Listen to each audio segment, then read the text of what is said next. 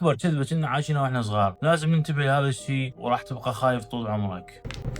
كنا سمعنا كلام الوالدة الله يحفظها من قالت لا تطقطق أصابعك لأن راح يصير بك روماتيزم أو إيدك تبقى ترجف، بس بالحقيقة هذا الشيء كذب. بين مفاصلك أكو سائل اسمه الساينوفيال فلويد، السائل المفصلي. هذا من تسحب صبعك تضغط عليه راح تتكون عندنا غازات النيتروجين بالسائل المفصلي، وراح تنفجر لحظة سحب الإصبع أو الضغط عليها. هذا الصوت مو صوت عظم، هذا صوت الفقاعات. الصدمة وين؟ أكو شخص اسمه دولانت أونجر، هذا بقى يطقطق إيده اليسرى لمدة 50 سنة وما طقطق إيده اليمنى، وبالاخير لاحظ ماكو اي فرق بيناتهم، والنتيجه لا ايده رجفت ولا صار عنده روماتيزم، وفاز بجائزه ايج نوبل. بالنسبه للتشخيص، هاي الحاله اسمها جوينت كافيتيشنز، وهي حاله طبيعيه 100%، بس بشرط اذا صار عندنا الم تورم احمرار لازم هنا نراجع. بس انتبه، الاكثار منها يعني كل شويه طقطق اصابعك راح يسبب لك ضعف بقبضه اليد او تهيج بالاربطه، وتحتاج تقريبا 20 دقيقه على مود ترجع تطقطق نفس الاصبع، لين الغازات راح تذوب من جديد.